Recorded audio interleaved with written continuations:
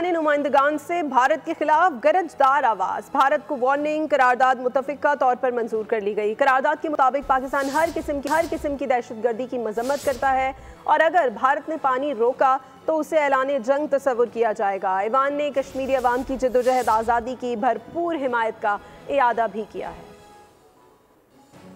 Parliament का दो टोक पैगाम, भारतीय इश्तिआल अंगेजी नाकाबिले कबूल। तमाम जमातें एक सफ में खड़ी, भारत को वार्निंग दे दी, अगर पानी रोका तो ऐलान जंग तस्वुर होगा। वज़ीर पार्लिमानी उमूर तारिक फजल चौधरी ने ऐवान में मुज़म्मती करारदाद पेश की जो मुतफ़िक़ा तौर पर मंजूर कर ली गई। The National Assembly of Pakistan condemns terrorism in all its forms and manifestations.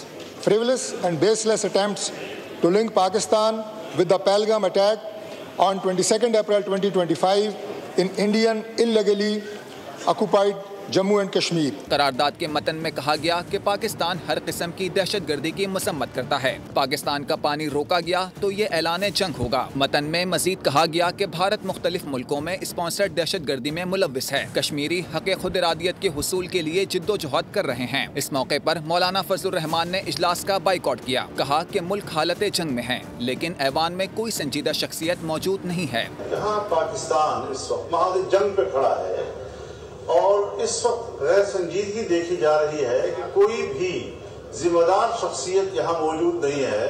हम तो आज एक खास सोच के साथ आए थे, एक खास जज्बे के साथ आए थे, तो इसलिए मैं कम अज़ कम ऐवान से जाना चाहता हूँ और इस ऐवान का मज़ीद हिस्सा नहीं बनना। मौलाना फजलुर रहमान ने कहा कि हम बहुत कुछ सोच कर आए थे लेकिन हम किसको मुखातिब करें। सब्सक्राइब करें और बेल दबाएं ताकि कोई खबर रह न जाए।